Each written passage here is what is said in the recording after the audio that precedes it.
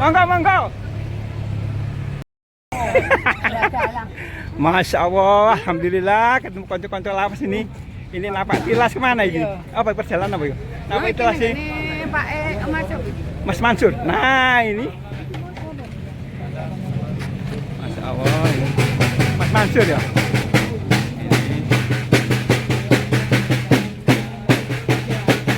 Apa ini? Ini jalan apa ini?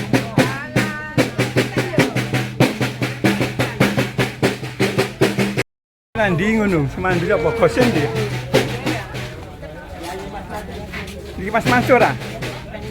Ini kita masuk ke Pelampitan ya. Nah ini, jadi kita tujuannya ini Pak Tilas ini.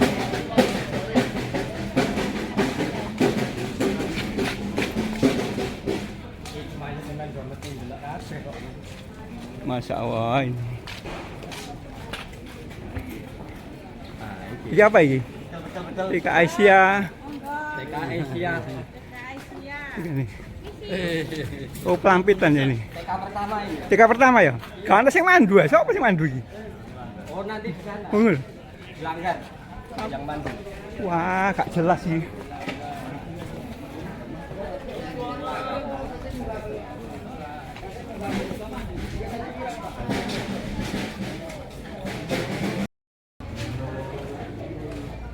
Ini kita masuk di daerah Pelampitan 8 nomor 38 ya. Kita bisa santai, kita duduk di sini. Semoga itu ada siang duduk. Mari susu ajak merene. Duduk panggilan duduk enggak apa-apa Pak. Duduk. Waduh. Sini. Monggo pindah dulu santai. Monggo silakan. Ini kita Cak Ruslan ini. Jadi rumah kelahiran Cak Ruslan ini ada. Nah, kita zoom. Rumah kelahiran Cak. Bisa duduk santai di sini. Bisa kita akan cerita lebih dalam tentang pengetahuan dasar kita. Seharusnya masuk di dalam mata kuliah dasar kemuhammadiyahan tentang sejarah Indonesia dan sejarah Muhammadiyah. Jadi titik ini adalah titik yang penting sekali terhadap sejarah kelahiran Muhammadiyah. Jadi setelah lahir di Jogja, Muhammadiyah itu sebenarnya menjadi organisasi dari Surabaya yang mendirikan kepengurusan pertama dari Surabaya, sekolah pertama dari Surabaya, rumah sakit pertama di Indonesia, semuanya dari Surabaya, baru menyebar seluruh Indonesia. Jadi kenapa itu bisa terjadi? Karena persinggungan awal Muhammadiyah dengan syarikat Islam. Saya sebut banyak orang di sini nanti itu semuanya berkaitan dengan sejarah awal Muhammadiyah. Nanti kita bertemu di rumahnya Cokroaminoto, itu juga terkait dengan Muhammadiyah karena beliaunya adalah orang Muhammadiyah. Nanti kita ke Soekarno, dia adalah anggota Muhammadiyah aktif, punya KTA Muhammadiyah pertama. Jadi ini cerita tentang Indonesia itu adalah cerita tentang sejarah Muhammadiyah. Kita awali dari titik ini tentang sejarah kelahiran pertama kali Cokroaminoto datang usia 24 menurut bukunya Ruslan Abdul Ghani yang wawancara ibunya, dua-duanya udah almarhum. Pak Cokro pertama kontrak sewa di rumah di gang sebelah, belum diidentifikasi posisinya. kemudian sewa lagi di rumah yang sekarang kita kenal sebagai rumah Cokraminoto. Kemudian tahun 1918 mereka Pak Cokro pindah sewa di rumah depan ini. Sampai tahun 1921 Cokraminoto di penjara, keluar penjara, tidak boleh berada di Surabaya. Beliau pindah di Jogja. Mulai tahun 21 Pak Cokro pindah di Jogja. Syarikat Islam yang ada di dalamnya ada Muhammadiyah, semuanya bergabung di Jogja. Jadi akhirnya syarikat Islam yang basisnya Surabaya geser semua ke Jogja. Dan Cokro kemudian geser di Jogja sampai meninggal di Jogja.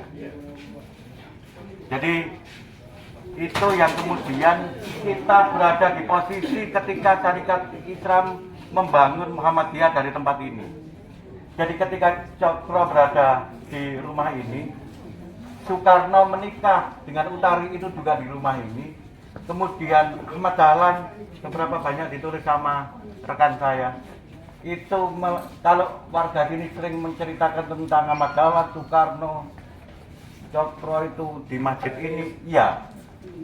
Jadi semua literatur, semua dokumen, semua kesaksian termasuk Pak Ruslan sendiri mengatakan bahwa di masjid inilah sebenarnya organisasi awal Muhammadiyah dirancang. Dari gagasan kemudian dibentuk semacam perkumpulan paguyuban di Jogja menjadi organisasi itu di sini. Jadi andai kan nggak di Surabaya, mungkin hanya menjadi perkumpulan jamaah masjid sampingnya keraton. Nah, gitulah. Oke, di rumah ini. Di periode berikutnya kemudian salah satu santri yang kita kenal namanya Ahmad Jais, rumahnya ada di ini. Nah, sekarang jadi Pemimpin wilayah ya? Ya. Ahmad Jais adalah anggota Muhammadiyah Surabaya. Muhammadiyah Surabaya adalah cabang pertama dari seluruh cabang yang dibangun Muhammadiyah. Dan Ahmad Jais bersama Kiai Dimas Mansur adalah aktivis awal Muhammadiyah. Jadi kita hanya mengenal Ahmad Jais sebagai tukang jahit. Nah, Ahmad Jais itu kenapa namanya menjadi penting dan ditulis di situ? Dia adalah bagian dari bagian dari jaringan yang sekarang kita kenal namanya Gedung Nasional Indonesia.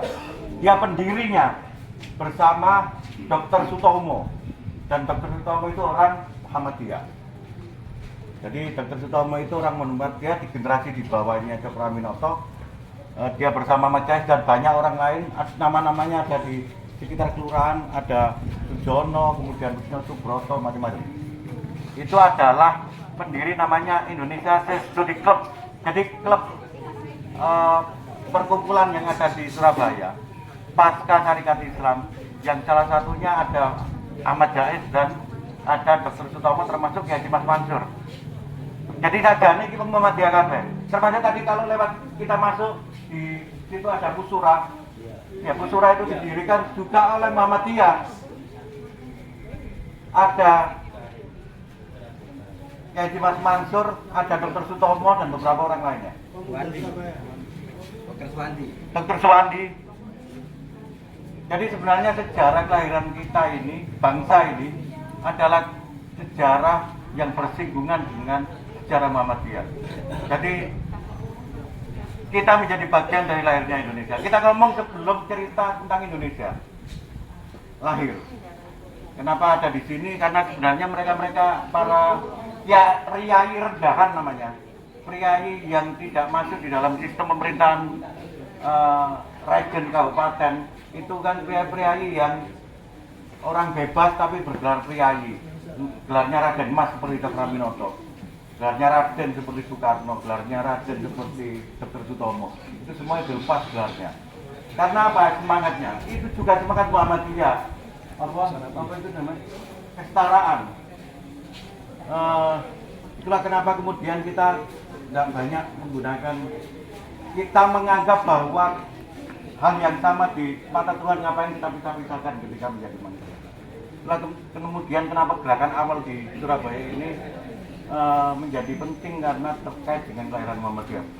Ceritanya lebih banyak lagi, nanti kemudian ini rumah sewaan yang ketiga, nanti kita datang ke rumah sewaan yang kedua, itu juga akan disinggung tentang Muhammadiyah.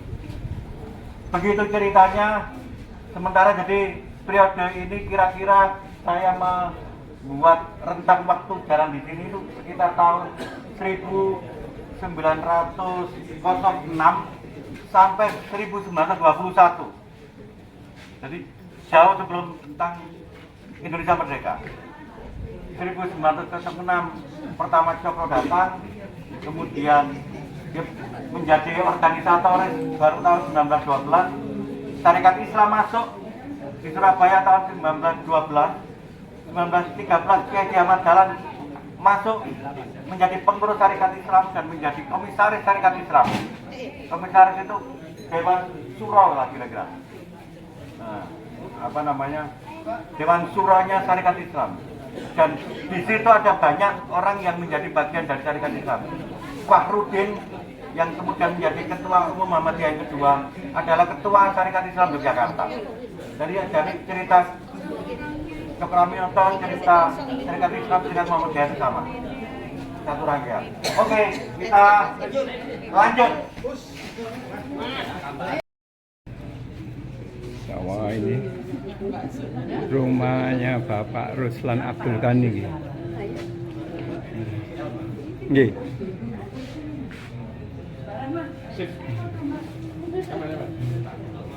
Kita lihat ini dokumen ini ya Pak Ruslan Abdul Ghani.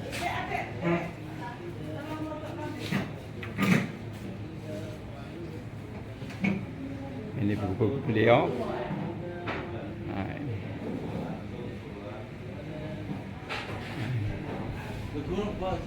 Di literatur beliau ini.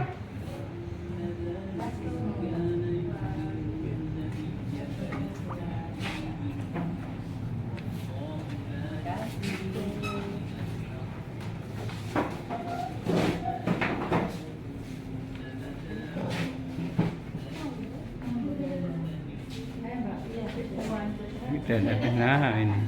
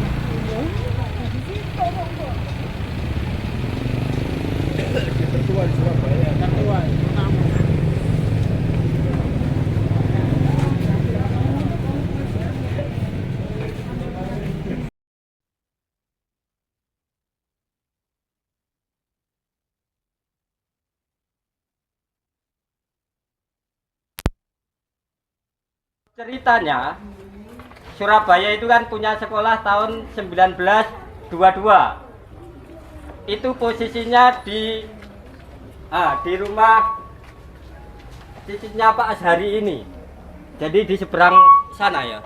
Iya, Yang sana. bapaknya Pak Abdul Latif. Kemudian dari sana tahun 24 itu pindah ke Pandean. Tersebar di Gang 1 sama Gang 4. Pandean itu nanti di saat kita di rumah Bung Karno. Kemudian tahun 28 kira-kira 27 ini SD Muhammadiyah yang ada di Peneleh ini setelah dari Pandean pindah ke Genteng Kali.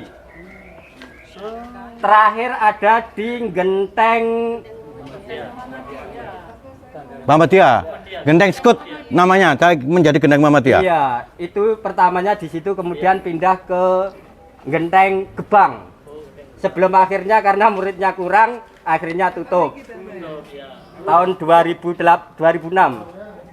muridnya dipindah ke sini. Karena dipindah ke Genteng Kali, akhirnya orang Peneleh membuat sekolah lagi tahun 1931.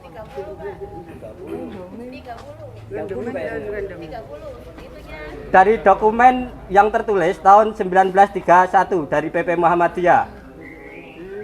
Dan posisinya ini dan bertahan hingga hari ini. Nah, wes, enggak bingung. Wes ngono. Enggak bingung. Jadi Bapak Ibu sekalian, saya ulangi lagi bahwa Muhammadiyah menjadi sebuah persyarikatan profesional itu dari Surabaya. Tahun 22 di rumahnya di sekarang Toko Buku Peneleh itu pertama kali di seluruh Indonesia Muhammadiyah mendirikan namanya Hollandse Inlandse School, sekolah Hindia berbahasa Belanda. Itu nabrak aturan karena itu hanya untuk orang-orang Belanda dan priai tinggi, gelarnya Raden Mas atau Raden. Tapi kalau kemudian orang umum bisa sekolah di Hollande HIS namanya, itu tidak boleh. Maka dari itu tahun 22 Muhammadiyah nabrak aturan dengan membuat sekolah HIS untuk orang-orang umum pertama di Indonesia. Itu yang kemudian kelak menjadi sekolah yang ada di Genteng, kemudian setelah ditinggalkan ini dibangun lagi. Ceritanya begitu. Nah, ini juga terkait dengan status rumah tanah di rumah ini. Tadi banyak bulat ceritanya segala macam. Saya tekankan sekali lagi, Pak Cokroaminoto itu tidak punya aset di sini, Bu. Ini adalah asetnya ahli warisnya Bu Dewi Asia. Dewi Asia. Asia apa Aisyah? Asia. Dulurnya Afrika. Asia. Ya. Jadi begini ceritanya. Keluarga Bu taruhlah entah bapaknya entah mbahnya, nanti seharusnya kita harus menelusuri. Itu punya banyak aset. Dan itu lazim. Pak Ruslan Abdul Ghani itu mengatakan bapaknya namanya Haji Abdul Ghani tahun 1912 itu punya 30 rumah dan itu disewakan, itu ditulis sama di dalam bukunya Pak Ruslan Abdul Ghani, itu lazim. Jadi saudagar muslim Surabaya itu standarnya adalah banyak-banyakan rumah. Jadi semakin banyak rumah dia semakin saudagar lah, kurang lebih begitu. Jadi banyak sampai 30 sampai 40 gitu. Mobilnya ada 7 untuk taksi mereknya Ford. Itu tahun 1912, bayangkan. Nah, ini adalah rumah yang disewa oleh Cokroaminoto selama dia tinggal di Surabaya, kan bukan asli Surabaya. Itu di periode tahun 1912-1917. Kepada siapa? Kepada bapaknya Ibu Asia. Nah, begitulah. Kenapa ini kita bisa simpulkan? Karena setelah Pak Cokro pindah dari Surabaya ke Jogja, sebenarnya tahun 1912, 1917 sudah pindah lagi di depan rumahnya Pak Cokro yang saya tunjuk tadi. Tadi aja nih mobile lah. Pemimpin kita dulu itu jangan bayangkan zaman Prabowo lah yang punya banyak rumah. Semuanya ngontrak, Bu. Semuanya ngontrak. Jadi nanti kalau kita ke rumah lahir Bung Karno, itu bukan rumahnya keluarganya Soekarno, karena bapaknya ngontrak di situ. Jadi ini cerita ini rumahnya ini bukan berarti rumahnya. Itu beda kalau itu rumahnya warga sini. Makanya nanti cerita Abdul Latif Sen segala macam itu, rumahnya banyak. Banyak banget. Dan itu lazim. Jadi rumah ini kemudian karena lingkungan ini menjadi lingkungan Muhammadiyah pasca Syarikat Islam tahun 30-an, bagian belakang ini sebenarnya menjadi bagian dari pekarangan belakang dari rumah yang kita kenal sebagai rumah Cokroaminoto. Jadi cerita Soekarno dan 10 orang siswa yang mondok di sini itu bukan di pian pelapon, bukan. Di belakang sini. Itu ditulis di Muhammadiyah online. Ya. Jadi salah satu kelasnya di sebelah sini, paling belakang di sebelah sini. Ini tempat kamarnya Bung Karno. Jadi kamarnya Bung Karno di sini. Ini pekarangan belakang yang tidak punya pintu ke belakang. Satu-satunya pintu cuman ke depan. Nah, tahun 76 itu oleh Bu Dewi dijual kepada Muhammadiyah. 600.000 Rp600.000 untuk 200 meter. untuk 200 meter. Tahun 76. Ya zaman itu. Zaman itu. Jadi ceritanya seperti itu. Cerita bahwa ada banyak tokoh di sini itu konteksnya mereka adalah para kontraktor. Kontrak-kontrak. Oke, kita ke depan.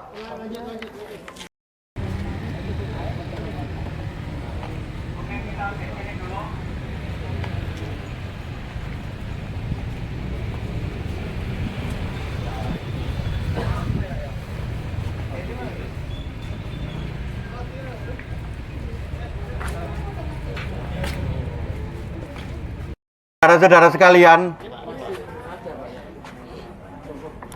jadi nanti kalau kita sekali lagi biar tidak ada barrier ya. Kalau kita nanti cerita tentang Soekarno itu konteksnya Soekarno menjadi orang Muhammadiyah. Soekarno punya KTA Muhammadiyah, menjadi menantunya Ketua Muhammadiyah Bengkulu, nah begitulah. Dan kepingin meninggal diselimuti oleh bendera Muhammadiyah. Iku temenan nih. Iya, Temenan. Sik geser sebelum saya dongeng. Geser, awas. Ada kontainer. Bapak-bapak, ibu-ibu sekalian, ini punya keluarga Muhammadiyah. Kalau ada foto di situ ada Soekarno sama seorang tua, itu foto di lokasi tempat yang sama. Tahun 50 berapa? 58. Nggih. Orang tua itu adalah Haji Abdul Latif Zain. Mbahnya Haji Pak Zari. Haji Abdul Latif Zain itu usianya unda-undi sama Soekarno, lebih muda 5 tahun. Oke. Bapaknya Haji Abdul Latif Zain, sayangnya Pak Zari enggak tahu, berarti canggahnya. Ini orang pertama kali yang dicatat dalam sejarah sebagai orang Muhammadiyah pertama yang memiliki massa. Nah, kata Soekarno dalam buku Penyampaian Rakyat tahun 1916 tahun 1916 menyebutkan, saya pertama kali mengenal Islam karena diajak Pak Cokro kepada seorang ulama di depan rumah saya, di depan rumah Pak Cokro. Waktu itu 1916 berarti di sini toh. Seorang tokoh Muhammadiyah yang setiap bulan mengumpulkan lebih dari 100 orang. Pengajian mulai jam 8 malam sampai jam 1 dini hari. Dan orangnya nggak kemana-mana. Bapaknya Abdul Latif Zain berarti canggahnya jenengan Pak Zari. Ini tokoh besar yang bahkan keluarga sendiri nggak tahu namanya. Kan nggak tahu Pak, lupa. Loh, kok tanya saya? Wong keluarganya aja nggak tahu. Engko lah keminter. Jadi, kalau kemudian di dalam Muhammadiyah ada gelar kepahlawanan, sebelum cerita yang lain-lain muncul, Muhammadiyah setelah Ahmad Dahlan, itu seharusnya bapaknya Pak Abdul Latif Zain itu baru Fahrudin, baru yang lain-lain. Karena dari titik rumahnya bapaknya, anggap aja namanya bapaknya Pak Abdul Latif Zain ini, Muhammadiyah dari perkumpulan para orang-orang yang Islam Barat lah, cari katanya orang-orang Islam tradisional, Islam Barat, karena dia pakai celana, pakai dasi, pakai jas gitu kan. Itu kemudian tidak berkembang di Jogja mulai tahun 1912. Berkembangnya di Surabaya, wabil khusus pertama kali di rumah ini. Sebenarnya bukan rumah ini ya, sampai red. Ya, rumah ini adalah tertua. Kalau menurut pola arsitekturnya dibangun sekitar tahun 1880-an lah. Nah, rumah-rumah berikutnya adalah yang paling muda. Jadi yang depannya itu tahun 1930-an, kayaknya Art Deco, baru kemudian ini sekitar kemerdekaan. Jadi sebenarnya ini satu rangkaian. Saya enggak tahu nanti sertifikatnya di keluarga. Jadi polanya seperti itu, kurang lebih. Jadi kalau kemudian cerita tentang sejarah Muhammadiyah, apakah Ahmad Dahlan pernah di sini? Iya. Iya. Jadi Ahmad Dahlan lah yang kemudian menyuntikkan energi kemuhammadiyahan di orang yang Muhammadiyah itu apa juga nggak tahu, Islam yang berkemajuan seperti apa juga nggak tahu. Ahmad Dahlan lah yang pertama kali datang ke sini, ketemu sama anak muda dan ketemu sama orang yang paling berpengaruh di Surabaya, namanya belum dikenal. Nah itu.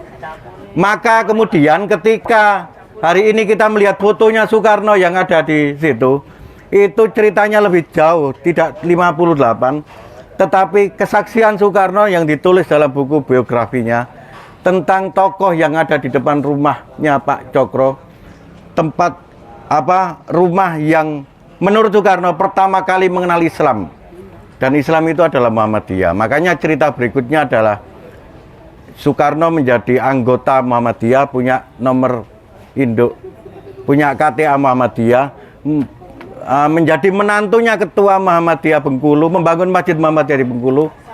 Dan dalam beberapa pidatonya dia menyebut bahwa Ruslan Ahmad Dahlan ketika di Surabaya itu salah satu yang ngintili kata Soekarno adalah Soekarno.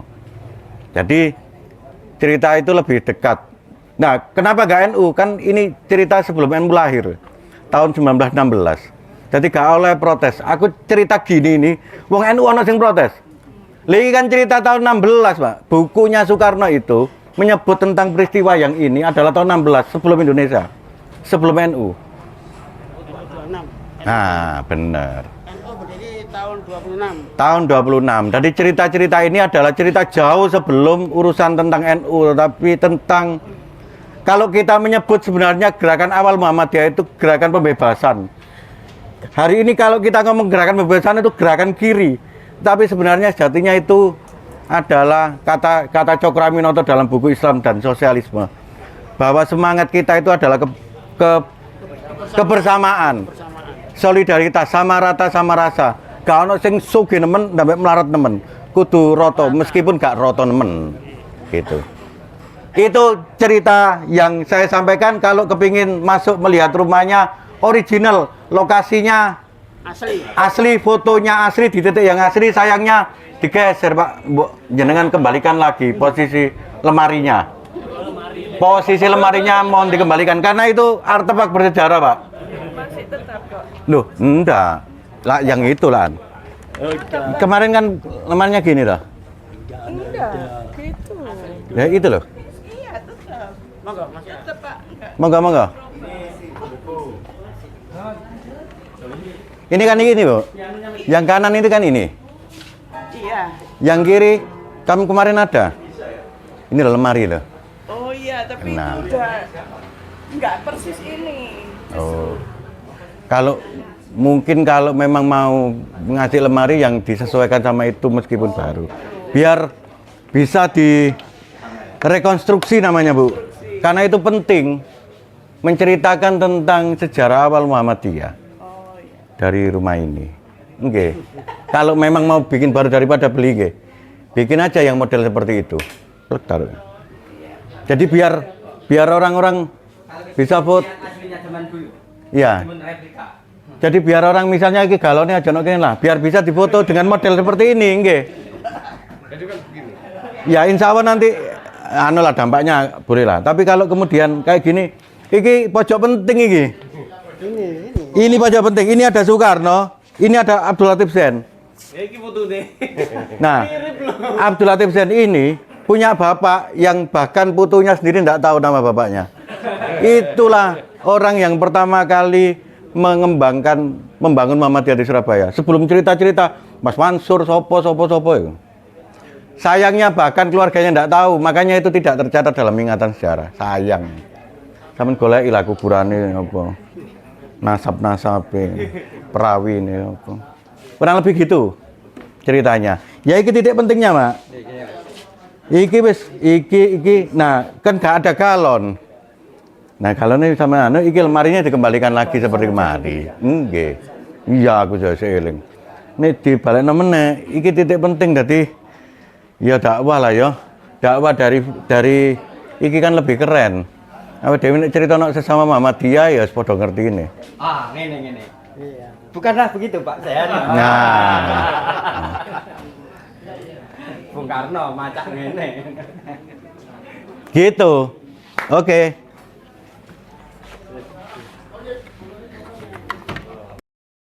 Masuk, dijelaskan di dalam. Masuk. Wes. Udah. Clear. Aman.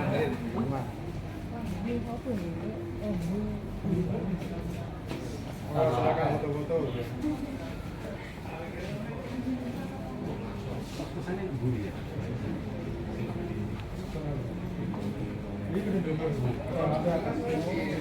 Silakan naik.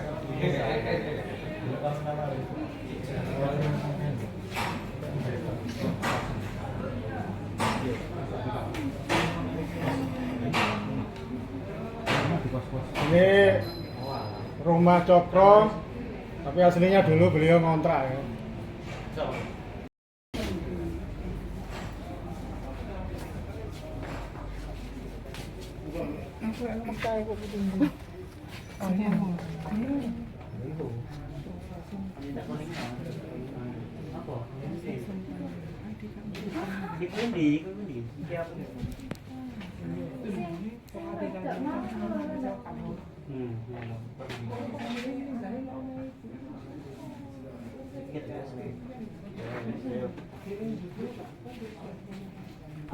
Rasulullah biyen niku jedenge nok endi kan bingung. Akhire wis nok kene ae wis. Loh, jare nok omahe Soekarno. Iya.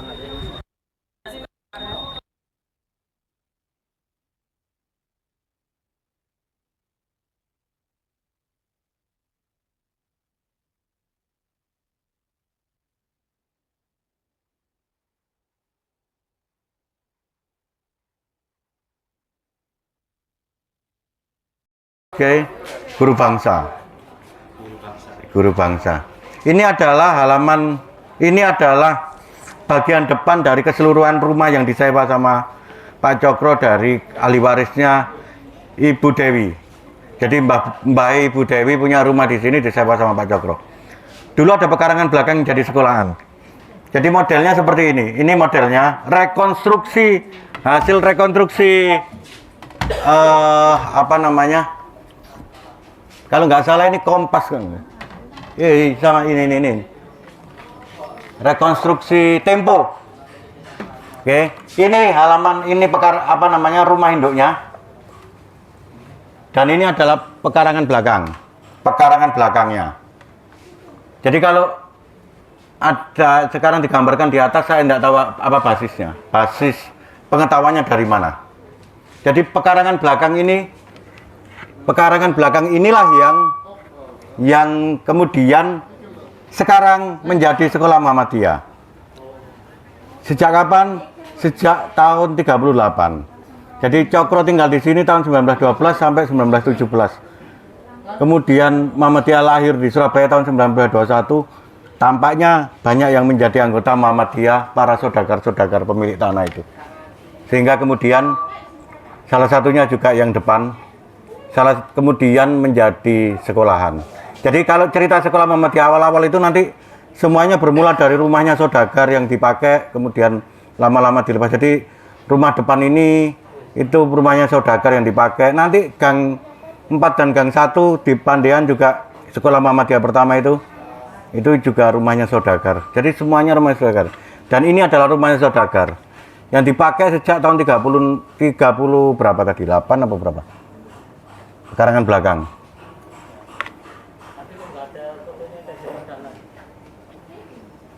Nah, ini sampean takon Tempo. Jadi sebenarnya cerita Ahmad Dahlan Syarikat Islam itu kompleks. Nah, tak ceritakan sampai Rioyo paling gak mari-mari. Tapi intinya itu, ini direkonstruksi Tempo, Pak. Tempo merekonstruksi dari buku apa namanya Penyambung Lidah Rakyat. Buku itu penting, diterbitkan tahun 66 menceritakan Soekarno masa mudanya. Jadi Soekarno diwawancarai sama Cindy Adams, wartawan Amerika, dan kemudian wawancara deskriptif itu menjadi buku tebalnya segini, Pak.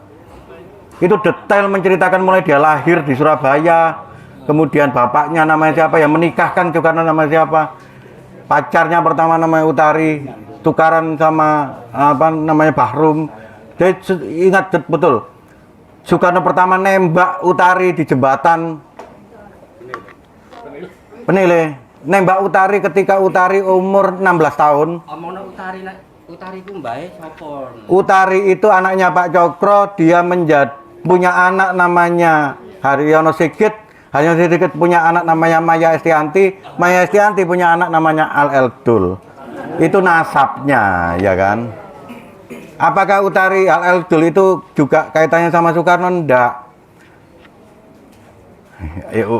Boleh sungkan.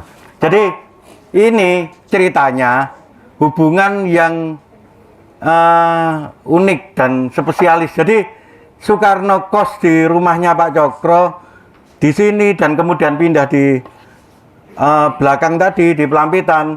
Itu dia PDKT dengan Utari dan berebut pengaruh dengan Utari itu anaknya Bapak kos kan. Itu dengan 9 temannya namanya Bahrum. Jadi itu yang kemudian Soekarno nikung, kata Soekarno ini dalam bukunya, nikung Bahrum. Moro-moro ngeret Utari sore-sore di atas jembatan, ditembak. Itu Utari umur 18 tahun, Utari umur 16 tahun, Soekarno umur 18 tahun. Ditembak, Pak. Ditembak. 2 tahun kemudian setelah pindah di belakang, istrinya Pak Cokro meninggal, Soekarno diminta Pak Cokro bisa menikahi Utari. Kenapa? Karena Utari anak barep, Bu, perempuan satu-satunya di keluarga politisi. Jadi kan kalau ada yang politisi nggak pernah pulang ke rumah, kayak. Yaitu yang dikhawatirkan Pak Cokro. Anakku bujang, akeh garangan nok mburi-mburi jumlahnya 10. Sementara anakku gadis. Iki apa kita rabik nambah sapa kira-kira? Soekarno nyerobot aku. Kisah berlanjut, Soekarno pindah di Bandung, keterima di ITB. 2 tahun kemudian Utari dikembalikan kepada orang tuanya karena Soekarno kecantol sama istrinya orang. Ya Inggit. Nah, dikembalikan dalam bentuk belum di unboxing, Bu. Sebentar. Terus kemudian karena ini kan untungnya nggak ngerti unboxing ya. Jadi dikembalikan kepada Pak Cokro, anak sampean tak kembalikan, Pak, kurang lebih begitulah. Tapi ya gak koyo ngono lah, ya ono negosiasi segala macam. Dalam bentuk belum di unboxing. Siapa yang mengunboxing? Saingannya yang menang itu Bahrum.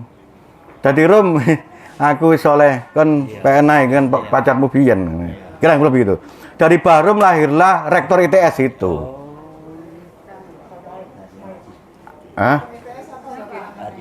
Haryono Sigit, Insinyur Haryono Sigit, bapaknya Maya Estianti. Jadi ceritanya begitu, Bu. Dan tidak di sini, nikahnya. Nah nikahnya ini pasti ya, terkonfirmasi. Nikahnya di rumah belakang, di rumah mana itu namanya? Yang tadi itu, yang menikahkan Haji Mas Mansur. Ya mereka itu adalah tokoh awal di pergerakan Indonesia. Ceritanya di belakang. Yang menikahkan Soekarno sama Utari itu Haji Mas Mansur. Kenapa? Itu saja nih kecelakaan. Mas Mansur itu sebenarnya undangan, Pak. Gara-gara Soekarno itu nikah pakai jas dasian. Zaman itu haram, Bu. Haram pakai jas umat Islam itu. Tapi Muhammadiyah melakukan pemberontakan. Apa hubungannya kelambi ambek agama kan gitu. Kurang lebih begitulah. Kita harus sederajat sama orang Eropa. Nah, kurang lebih begitu. Tahun 1921 itu yang membuat Nakib siapa yang menikah itu namanya? Tuh orang yang naibnya ngamuk, nek kon gak gelem nyepot pakaian kafirmu, aku gak gelem ngrabekno. Jare Soekarno, ya lebih baik aku gak rabi daripada aku ngelepas kelambiku. Itu yang membuat apa Kiai Haji Mas Mansur ngomong, nek rame tak rabekno kene wong ngatasi rabi ya apa hubungan sampai kelambi. Kurang lebih begitulah ceritanya tentang iya. Jadi ceritanya seperti itu dan pernikahannya ada di situ di sebelah masjid itu. Dan masjid lanang dan masjid wedok itu ada jauh sebelum Muhammadiyah tahun 1800-an. Dan akhirnya menjadi aktivis Muhammadiyah awal. Oke, kita melanjutkan perjalanan.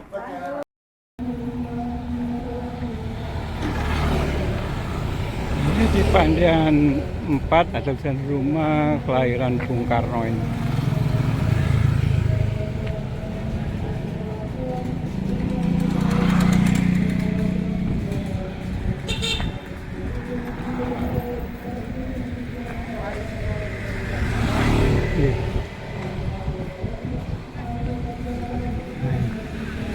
Pandian 4 ada tulisan rumah kelahiran Bung Karno.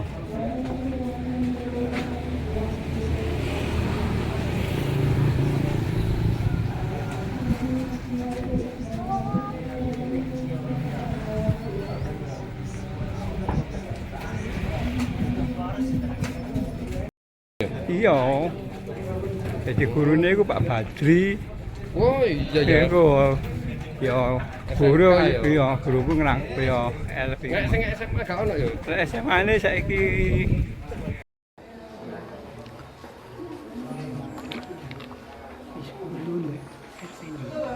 Oh, sampun. Tapi kan duduk terperangkap. Lali, rajanya malah lali. Nah, itu di sekarangnya raja tapi jangan petir. Itu apa?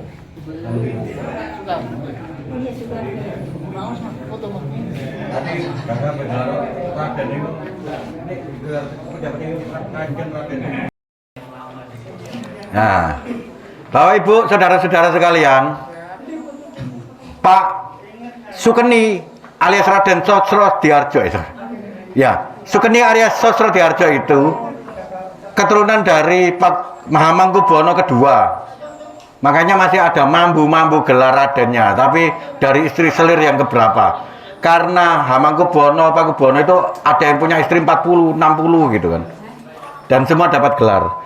Ini statusnya adalah priayi rendah. Jadi koret-koretannya priayi, cuman Raden ngono tok. Nek priayi tinggi itu Roy Suryo, Kanjeng Raden Tumenggung, KRT. Nah, gitu-gitu itu. Raden Mas Cokraminoto, itu priayi menengah. Tapi kalau Raden itu koret-koret. Nah, itu namanya priayi rendah. Ceritanya begini.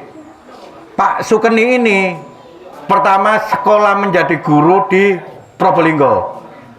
Itu sekelas SMA. Setelah lulus dia diterima PNS tahun 1887 di ceritanya. Nah, inilah 1880-an dia diterima PNS pertama kali di Buleleng Singaraja, Bali Utara. Dari Buleleng itu kecantol Gadis Bali tahun 1800-an akhir. Sampai kalau kepingin lihat bagaimana modelnya Gadis Bali tahun 1800-an akhir, buka YouTube, di searching Bali 1900 awal. Nah, gitulah kurang lebih. Kayak apa model pakaiannya segala macam wong Bali. Sukeni nom, Sukeni muda, kecantol cewek yang bernama Nyoman Rai Srimben. Iki malah tingkat rendah iki. Nyoman Rai Srimben, penari di Puri, namanya Puri Singaraja dekat situ.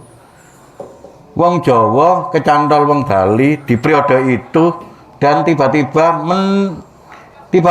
minta menikah, dan ini jadi masalah besar. Catatannya pada akhirnya Pak Sukeni muda ini menikah lari dengan Nyoman Srimben. Nah, dengan Srimben ketika menikah lari ketangkap polisi dan dibayar denda, suruh bayar denda 25 gulden. Pernikahannya pulang ke rumahnya Sukeni, Tulungagung, Mbak. Jadi asline bapaknya Tulungagung. Lho cita iki cerita Blitar kok tak mari ngono. Tulungagung. Jadi Tulungagung mulai nikah mari ngono balik meneh ngajar nang kono. Karena di sana setelah mulai bareng ngajar itu suasana ini gak enak ambek wong kampung. Suwe-suwe rodok sumpek. Habis menikah tidak lama kemudian anak pertamanya lahir, namanya Sukarmini. Oke. Karena nek kono sumpek gak diwawu ambek tonggo-tonggoe gara-gara ngejak rabi iki. Akhirnya minta lah Pak Sukenin nak gone pemerintah Pak, aku mutasin lah ya Pak, sing paling waduh kok Bali, kurang lebih begitu ya. Akhirnya diterima lah mutasi pertama, ya wis mulai saat ini kon pindah no Surabaya. Nah itu mutasi pertama dari Singaraja ke Surabaya tahun 1898 bulan Agustus. Ini aku rada hafal. Nah Surabaya 1898. Pindahlah mutasi di Surabaya menjadi asisten guru di namanya Inland School, sekolah pribumi. Inland itu pribumi, school ikut sekolah. Sulung pertama kali di Surabaya. Karena ngajarnya di Sulung golek kontrakan, Bu. Endi sing paling cedek? Kira-kira ini ana wong Bali sebelah ndi? Paling cedek dekat Sulung adalah daerah Pandean Penele. Ini dari mana? Singaraja. Kalau sampai tanya orang Bali sini ini, Bali mana? Bukan Pantai Kuta, Singaraja. Nah, ekosistemnya sudah ada lah. Kira-kira ben gak ado-ado. Ini takon agama nih. Oh ini jelas Soekarno ngomong kejawen. Kejawen, nah. Kejawen Hindu menikah secara Islam. Clear. Jadi sah. Duduk anak haram. Iya. Bapaknya kejawen. Dia Soekarno bilang, saya tidak pernah diajarkan orang tua saya soal Islam, bukan berarti orang tua saya tidak beragama, tapi spiritualis Jawa. Dia bilang gitu. Nah, oke, dilanjut di Surabaya 3 tahun, Pak. Tahun pertama 1898, 1899 ya. 1899, 1901. Ternyata ketika di Surabaya Bu Srimben Halim lahir anak kedua 6 Juni 1901 Kenger. Itu di sini dikasih nama Kusno, anak kedua. Pada akhirnya nanti anaknya cuma dua anak cukup ini. Nah 1 Juni 1901 Soekarno lahir, 28 Desember 1901 bapaknya dapat SK mutasi ke Ploso Jombang. 6 bulan anaknya si Abang pindahlah keluarga kecil ini bersama Sukarmini di Jombang. Dari Jombang hanya 1 bulan 2 bulan bapaknya nggak sanggup ngurusi, makannya banyak, sehingga kakeknya Soekarno, bapaknya si bapaknya si Sukeni yang di Tulungagung titip noy anakku nang gone Tulungagung. Jadi sekitar 4 tahun di Tulungagung. Nah 4 tahun di Jombang, kemudian bapaknya dimutasi lagi di Sidoarjo. Di Sidoarjo karena naik pangkat tidak lagi sebagai asisten guru tapi jadi guru, Soekarno dipindah. Wes Pak, tak gawe ya anakku di Sidoarjo, gajiku lumayan lah.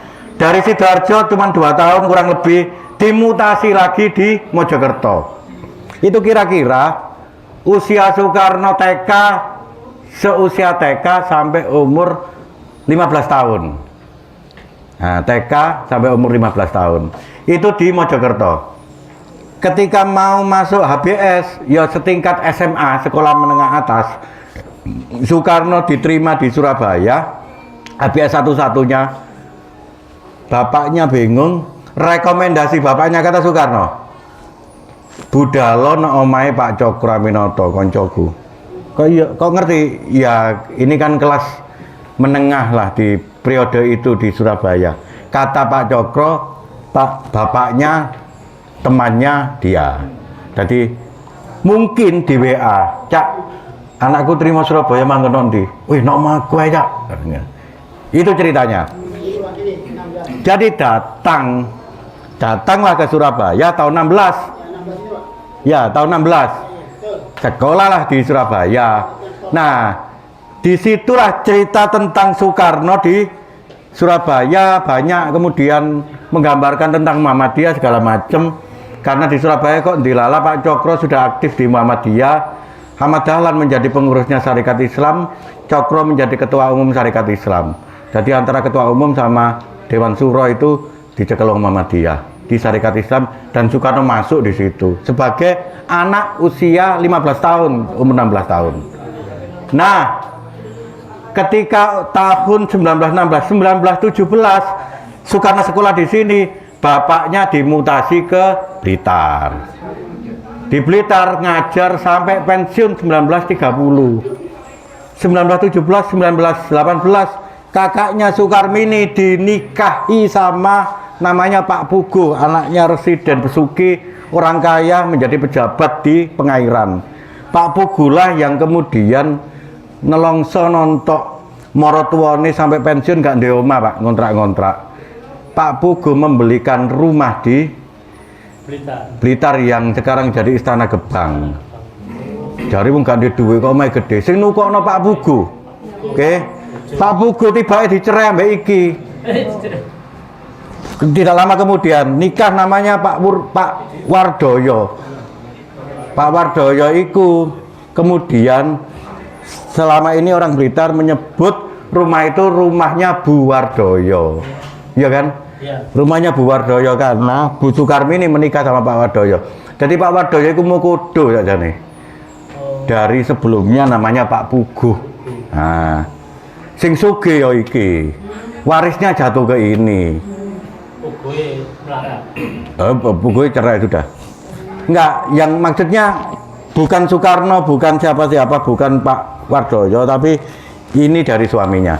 Jadi maksudnya kisah Blitar itu menjadi cerita Blitar itu karena sejak tahun 17 bapaknya dimutasi no Blitar, mudike no Blitar. Jadi salah paham itu mulai lama, Pak, sejak zamannya Soekarno masih jadi presiden. Gak zaman belakangan. Soekarno itu wong di Surabaya. Apa sekarang? Tapi dulu wong di Blitar. Apa wong mudike ya nang Blitar. Iya toh? Wong bapaknya terakhir di Blitar. Jadi takoni Soekarno asline ndi? Kan sing ngerti pindah-pindah melok bapake. Yang penting lainnya di Surabaya. Yang penting lainnya di Surabaya. Masih cuma 6 bulan. Jadi ceritanya Soekarno itu seperti itu, tentang cerita tentang Surabaya, tentang cerita tentang Blitar. Jadi salah paham itu. Makanya nono tulisannya tahun 56 atau berapa itu ketika jadi presiden dan wawancara di Unpad. Itu MC-nya pada Bapak Presiden Republik Indonesia, seorang putra kelahiran Blitar. Nah, dijawab sama Soekarno yang kutipannya ditulis di situ. Mohon maaf Pak Rektor, saya ini bukan kelahiran Blitar, saya itu lahirnya di Surabaya, makanya saya arek Surabaya, dia bilang gitu. Itu Surabaya. Nah, begitu. Itu ceritanya begini. Jadi pindah. Oke. Lanjut. Kita berlanjut, makanya nanti jangan bingung kalau lihat di sini banyak Bali, Singaraja.